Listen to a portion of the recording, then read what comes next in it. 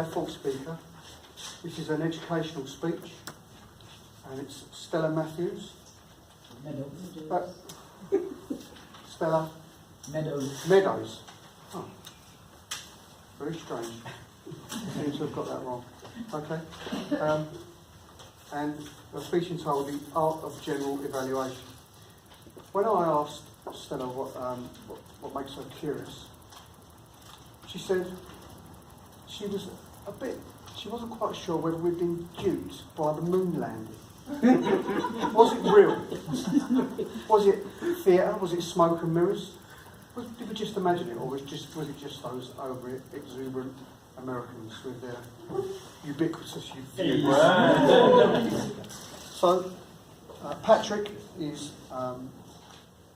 evaluating. Are there objectives? Actually, it's beyond the objection list. So I'll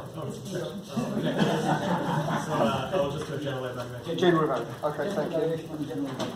Thank you. So, with her speech, "The Art of General Evaluations," please welcome Stella Meadows.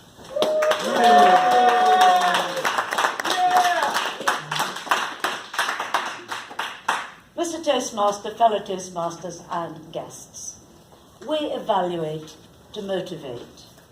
Be sincere, be open, be candid, be useful. Who benefits from a general evaluation?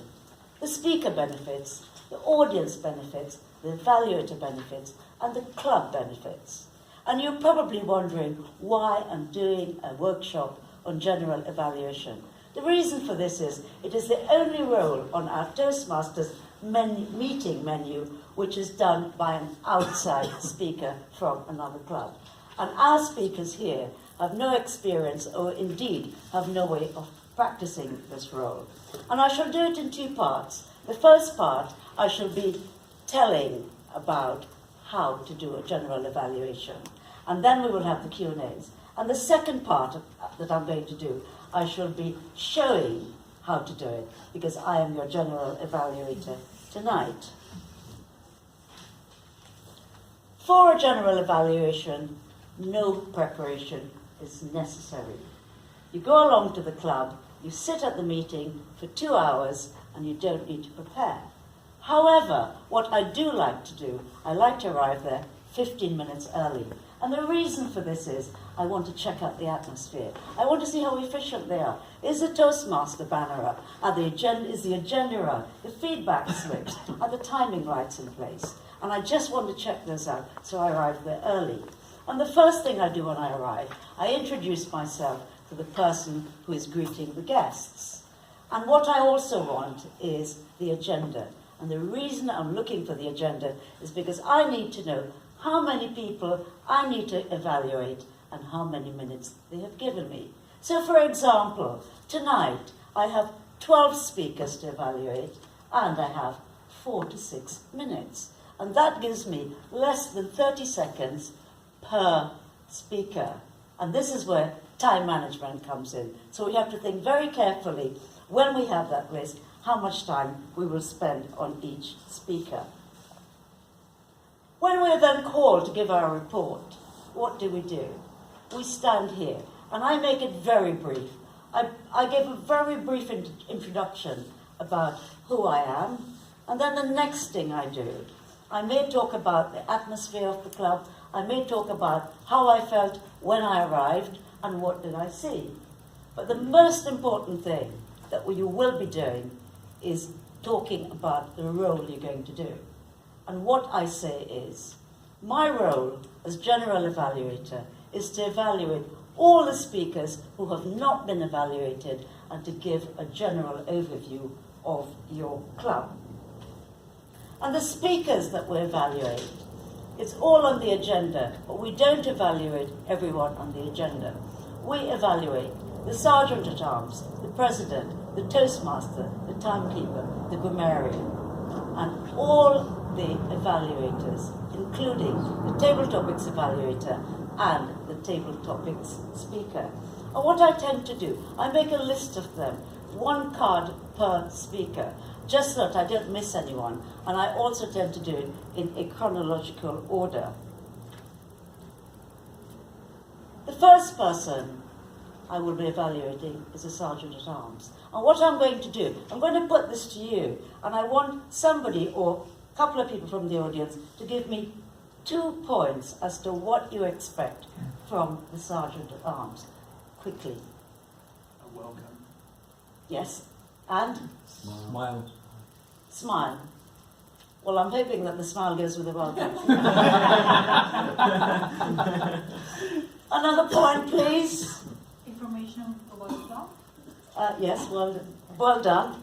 The other thing that I like to see a Sergeant at Arms doing, I like to see them greeting the guest in a very friendly manner, and also taking the details and writing it all down if that's the system that the club uses. The other thing I like to, which is Samira is doing tonight, she's sitting near the door. So when people turn up, once the meeting has started, they can be welcomed and shown to a seat. The President, the next person I'm evaluating. And what I like to see in a President is a lot of energy. This is the person who is going to set the tone of the meeting. All the other functionaries are going to follow after the President has spoken. I also want to hear a couple of things from the President. A little bit about Toastmasters and something about the role. And because they have, say, 5 minutes, they can also talk about, they can do a mini speech, they can talk about something which is inspirational. So those are the things I should be evaluating. However, having said that, you might find other things that you want to evaluate them on. So we decide. But for the first time, these are the basics for evaluating the President. The Toastmaster. 2 points, please, from the audience. What would you expect from your Toastmaster? Familiarity with the running order. Yes? Good energy. Yes? Theme. Perfect. The themed meeting, that's something I'll talk about a little bit. It's a great way to introduce functionaries, and it also adds a little bit of entertainment to a meeting which sometimes can be for the Toastmaster. I think the Toastmaster needs to engage, and that's a great way of engaging with the audience.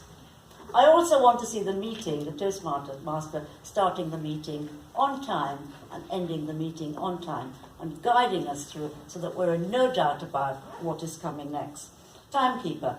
With the timekeeper, and I'm going to hurry up now, the timekeeper is not a very experienced Toastmaster, and when they come up here, we need to consider that when we're doing our evaluations of the timekeeper. What I want to see, I want them to show us the lights, the red light, the green light, and the orange light. Tell us what it means. Also the little numbers on the agenda next to the speaker's name. What do those things mean?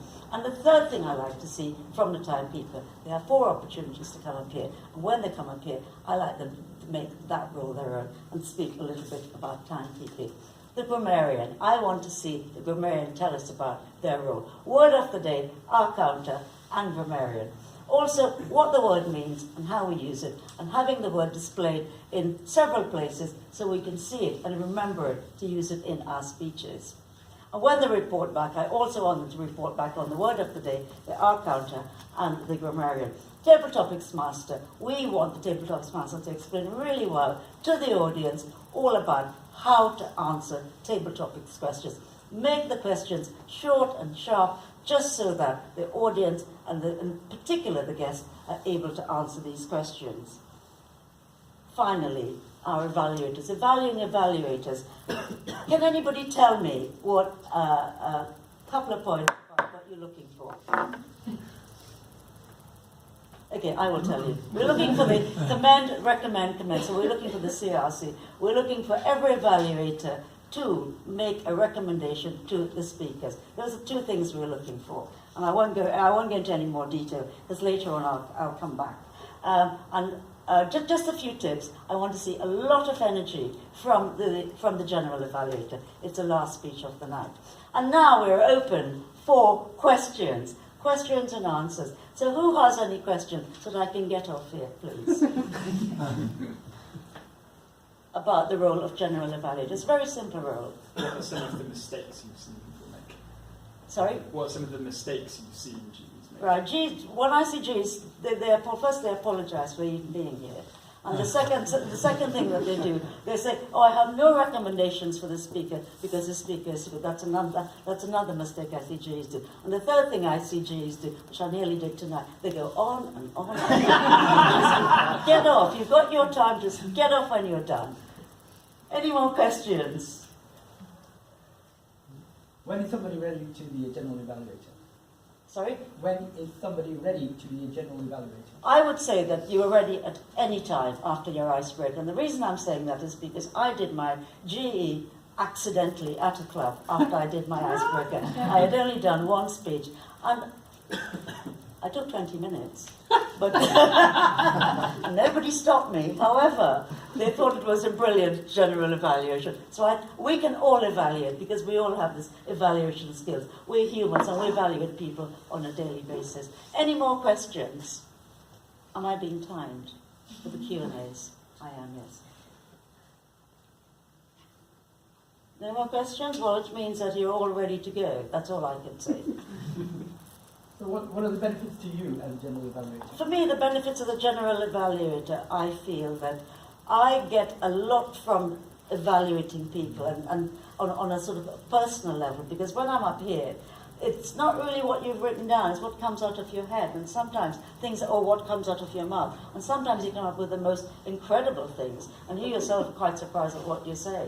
Also, I feel, speaking to an audience of any size, in this role, it gives you a lot of confidence to be able to stand here, having little or no preparation, but still being able to make a good job of it.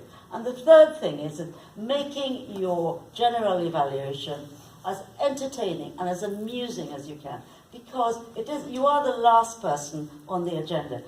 Some people have fallen asleep or nearly falling asleep, and the other thing that's happening is that they're tired and they want to go home. But you want them to be listening because you want them to take that message home with them. And I think that's probably about it. Nobody else has any questions? I am your general evaluator tonight, and I have got 12 people to evaluate, so that's going to be a very quick one. Mr. Toastmaster.